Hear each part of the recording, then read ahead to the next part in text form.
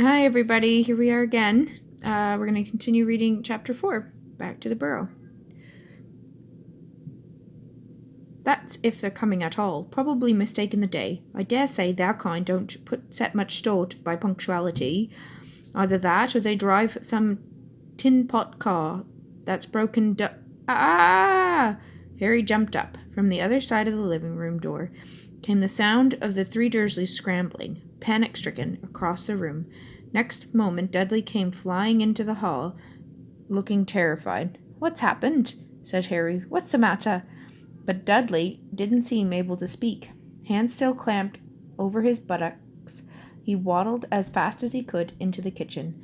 Harry hurried into the living room. Loud bangings and scrapings were coming from behind the Dursleys' boarded-up fireplace, which had fake coal fire plugged in front. Oh, that's what that is.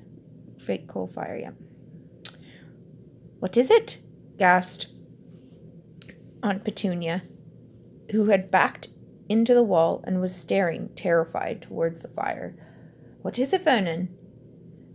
But they were left in doubt barely a second longer. Voices could be heard from inside the blocked fireplace. "Ouch! Fred, no! Go back! Go back! There's been some kind of mistake. Tell George not to—" "Ouch, George! No, there's no room. Go back quickly and tell Ron. Maybe Harry can hear us, Dad. Maybe he'll be able to let us out." There was a loud hammering of fists and boards behind the electric fire. "Harry, Harry, can you hear us?" The Dursleys rounded on Harry like a pair of angry wolverines. "What is this?" growled Uncle Vernon. "What's going on?" They've tried to get here by flue powder," said Harry, fighting a mad desire to laugh. "They can travel by fire, only you've blocked the fireplace. Hang on." He approached the fireplace and called through the boards. "Mr. Weasley, can you hear me?" He hammered. The hammering stopped.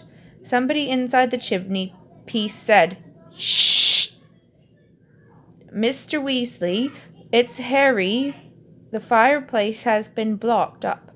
You won't be able to get through there." "Darn," said Mr. Weasley's voice. "What on earth did they want to block up the fireplace for?" "They've got an electric fire," Harry explained. "Really?" said Mr. Weasley's voice excitedly. "Eclectic, you say? With a plug? Gracious, I must see that. Let's think. Ouch, Ron!" Ron's voice now joined the others. "What are we doing here? Has something gone wrong?"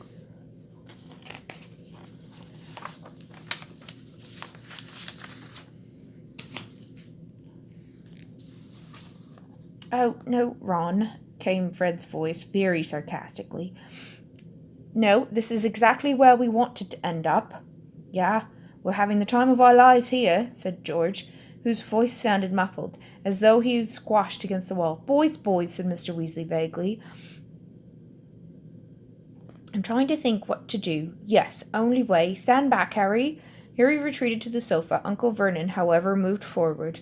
"Wait a moment," he bellowed at the fire. "What exactly are you going to—" Bang! The electric fire shot across the room as the boarded-up fireplace burst outwards, expelling Mr. Weasley, Fred, George, and Ron in a cloud of rubble and loose chippings. Aunt Petunia shrieked and fell backwards over the coffee table. Uncle Vernon caught her before she hit the floor and gaped speechless at the Weasleys, all of whom had bright red hair, including Fred and George, who were identical to the last freckle. "That's better," panted Mr. Weasley, brushing dust from his long green robes and straightening his glasses. "Ah, you must be Harry's aunt and uncle." Tall, thin, and balding, he moved towards Uncle Vernon with hands outstretched. But Uncle Vernon backed away several paces, dragging on Petunia. Words utterly failed Uncle Vernon. His best suit was covered in white dust, which had settled in his hair and moustache and made him look as though he had just aged 30 years. Yes, sorry about that," said Mr. Weasley.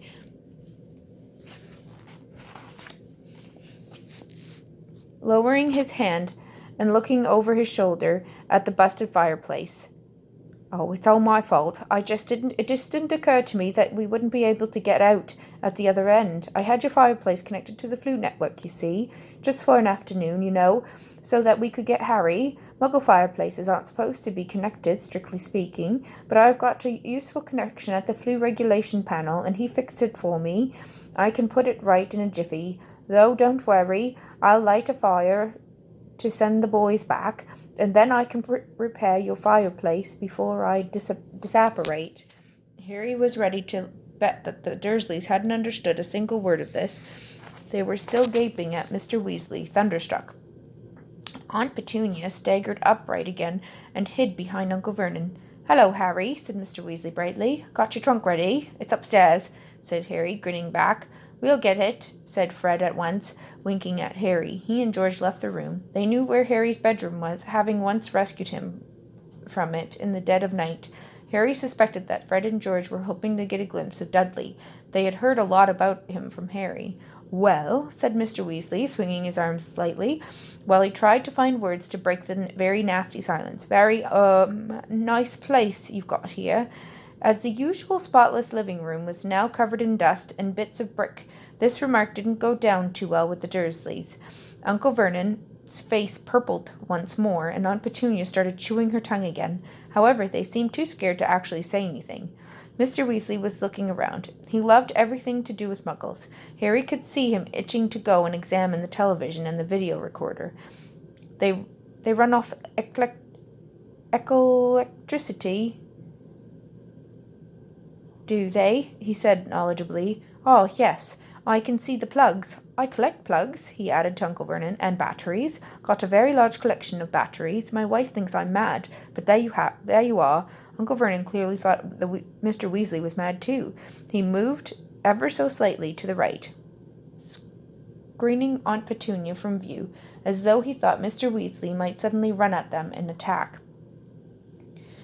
Dudley suddenly reappeared in the room. Harry could hear the clunk of his trunk on the stairs and knew that the sounds had scared Dudley out of the kitchen. Dudley edged along the wall, gazing at Mr. Weasley with terrified eyes, and attempted to conceal himself behind his mother and father. Unfortunately, Uncle Vernon's bulk, while sufficient to hide bony Aunt Petunia, was nowhere near enough to conceal Dudley. "Oh, this is your cousin, isn't it, Harry?" said Mr. Weasley, taking another brave stab at making conversation. "Yep," said Harry. "That's Dudley." And he and Ron exchanged glances, and then quickly looked away from each other. The temptation to burst out laughing was almost overwhelming. Dudley was still clutching his bottom, as though afraid it might fall off. Mr. Weasley, however, seemed genuinely concerned at Dudley's peculiar behavior. Indeed, from the tone of his voice when he next spoke, Harry was quite sure that Mr. Weasley thought Dudley was quite as mad as the Dursleys thought he was, except that Mr. Weasley felt sympathy rather than fear. "Having a good holiday, Dudley?" he said kindly. Dudley whimpered. Harry saw his hands tighten still harder over his massive backside. Fred and George came back into the room carrying Harry's school trunk. They glanced around as they entered and spotted Dudley. Their faces cracked into identical evil grins. "Ah, right," said Mr. Weasley. "Better get cracking then." He pushed up the sleeves of his robes and took out his wand. Harry saw the Dursleys draw back against the wall as one. "Incendio," said Mr. Weasley, pointing his wand at the hole in the wall behind him. Flames rose at once in the fireplace, crackling merrily, as though they had been burning for hours. Mr. Weasley took a small drawstring bag from his pocket, untied it, took a pinch of the powder inside, and threw it into the flames, which turned emerald green and roared higher than ever. "Off you go then, Fred," said Mr. Weasley. "Coming," said Fred. "Oh, no, hang on." A bag of sweets had spilled out of Fred's pocket, and the contents were now rolling in every direction, big fat toffees in brightly colored wrappers. Fred scrambled around, cramming them back into his pocket, then gave the Dursleys a cheery wave, stepped forward, and walked right into the fire, saying, "The burrow." Aunt Petunia gave a little shuddering gasp. There was a whooshing sound, and Fred vanished. "Right then, George," said Mr. Weasley. "You and the trunk." Harry helped George carry the trunk forward into the flames and turn it onto its side so that he could hold it better. Then, with a second whoosh, George had cried, "The burrow," and vanished too. "Ron, you next," said Mr. Weasley. "See you," said Ron brightly to the Dursleys. He grinned broadly at Harry, then stepped into the fire, shouted, "The burrow," and disappeared. Now, Harry and Mr. Weasley alone remained. "Well, bye then," Harry said to the Dursleys. They didn't say anything at all. Harry moved towards the fire, but just as he reached the edge of the hearth, Mr. Weasley put out a hand and held him back. He looked at the Dursleys in amazement. "Harry said goodbye to you," he said. "Didn't you hear him?" "It doesn't matter," Harry muttered to Mr. Weasley. "Honestly, I don't care." Mr. Weasley did not remove his hand from Harry's shoulder. "You aren't going to see your nephew till next summer," he said to Uncle Vernon in mild indignation. "Surely you're going to say goodbye." Uncle Vernon's face worked furiously. The idea of being taught consideration by a man who had just blasted away half of his living room wall seemed to be causing him intense suffering. But Mr. Weasley's wand was still in his hand, and Uncle Vernon's tiny eyes started to it at once, before he said, very resentfully, "Goodbye, then." "See you," said Harry, putting one foot forward into the green flames, which felt pleasantly like warm breath. At that moment, however, a horrible gagging sound erupted behind him, and Aunt Petunia started to scream.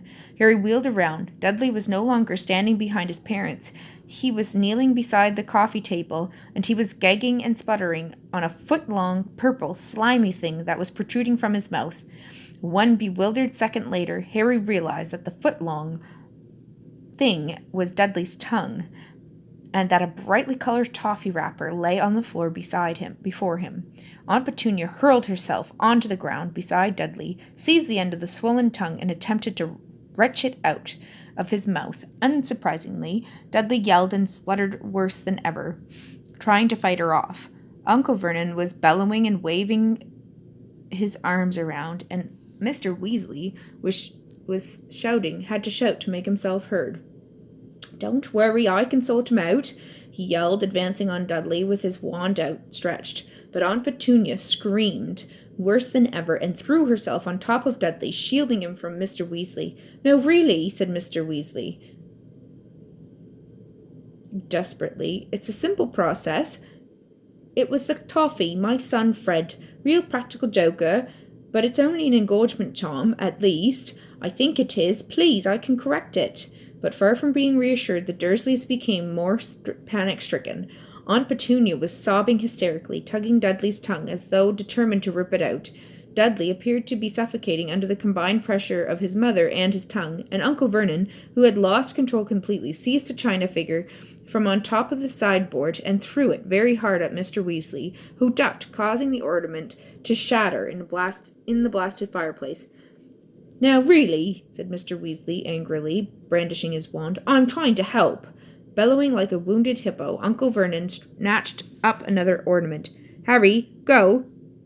Just go!" Mr. Weasley shouted, his wand on Uncle Vernon. "I'll sort this out."